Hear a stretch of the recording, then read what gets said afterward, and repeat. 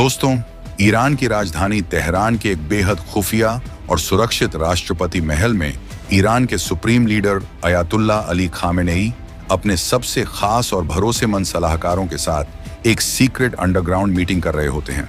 ये जगह इतनी सुरक्षित मानी जाती है कि यहाँ परिंदा भी पर नहीं मार सकता। किसी को कानों कान खबर नहीं है कि देश के सबसे बड़े नेता इस वक्त कहाँ हैं। लेकिन रुकिए, यहीं से सबसे बड़ा सस्पेंस शुरू होता है। ईरान की सरकार को लगता है कि उनका सिस्टम फुल प्रूफ है, लेकिन उन्हें यह नहीं पता कि उनके अपने ही घर में गद्दार बैठे हैं। मोसाद, जो दुनिया की सबसे खतरनाक खुफिया एजेंसी मानी जाती है, उसके पास पल पल की रिपोर्ट पहुंच रही है। क्या आप सोच सकते हैं कि जिस मीटिंग के बारे में ईरान के बड़े बड़े मंत्रियों को नहीं पता, उसकी भनक मोसाद को कैसे लग गई? इजरायली खुफिया एजेंसी मोसाद ने ईरान के सबसे सुरक्षित किले में कैसे सेंध लगाई?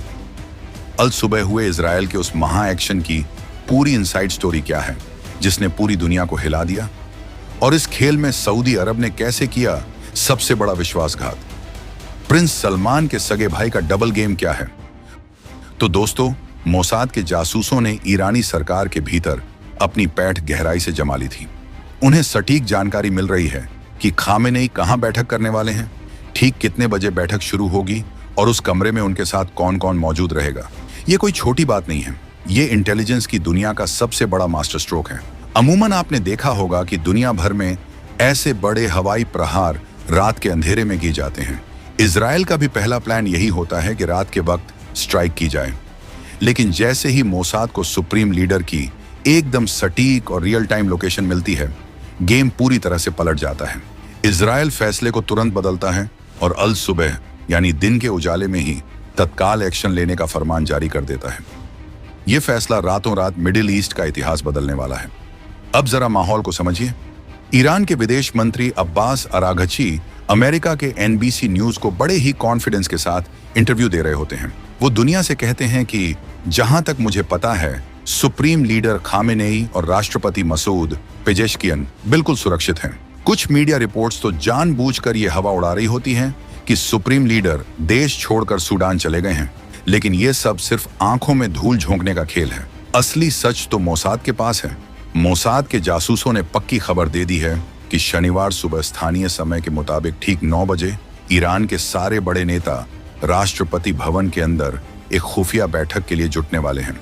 और जैसे ही ये नेता उस कंपाउंड में कदम रखते हैं, आसमान से तबाही बरसना शुरू हो जाती है। इजराइल के 200 फाइटर जेट्स एक साथ उड़ान भरते हैं। ये कोई मामूली एक्शन नहीं है दोस्तों, ये एक पूरी तरह से फुल स्केल मिलिट्री ऑपरेशन होता है।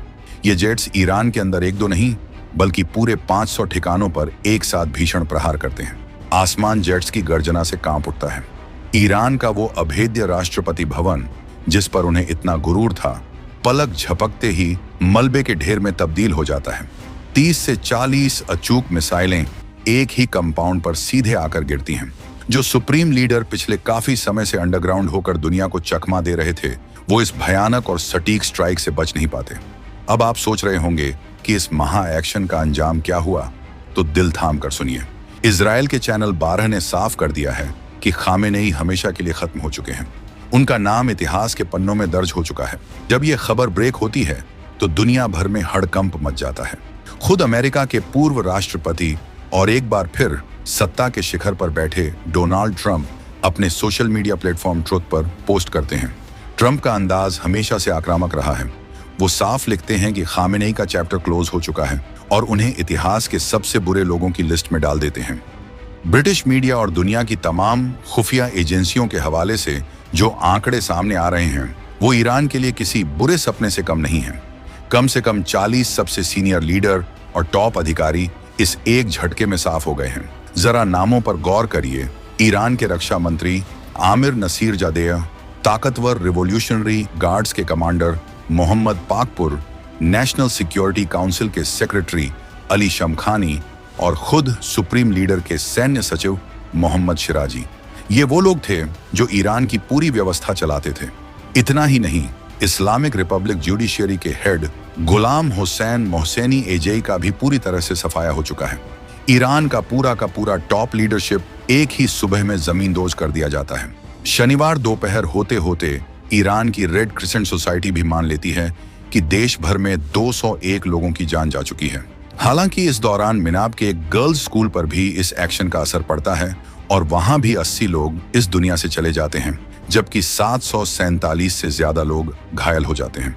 इजराइल साफ शब्दों में कहता है कि उनका मकसद आम जनता नहीं बल्कि ईरानी सरकार के उन बड़े नेताओं और अधिकारियों का सफाया करना था जो दुनिया के लिए खतरा बने हुए थे।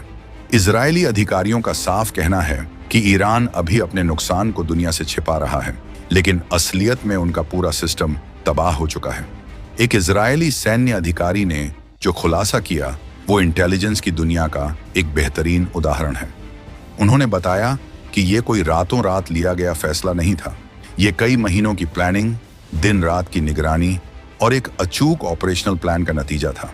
पूरा फोकस सिर्फ एक बात पर था, ये पता लगाना कि ईरान के सबसे बड़े अधिकारी एक साथ एक जगह पर कब इकट्ठा होंगे।